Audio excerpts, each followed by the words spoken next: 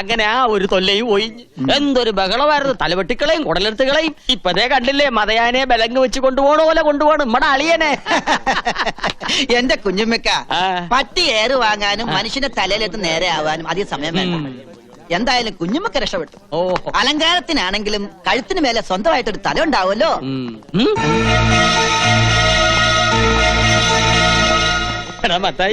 Forest ഗാർഡിനാണ് കുത്തിയത്. യബൻ കുറച്ചു കാലം ഗോതമ്പുണ്ട മിഴുങ്ങേണ്ടി വരും.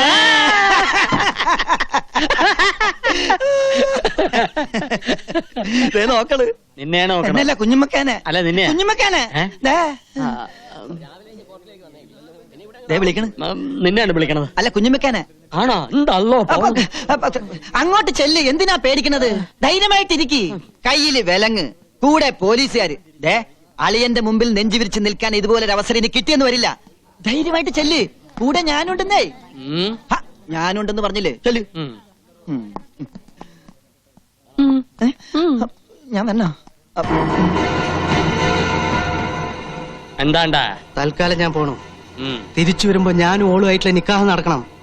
അതിനുള്ളിൽ അവനെ ഇവിടുന്ന് അടിച്ചോടിച്ചില്ലെങ്കിൽ വയ്യത്തായ എന്റെ ബാപ്പയാണ് സത്യം.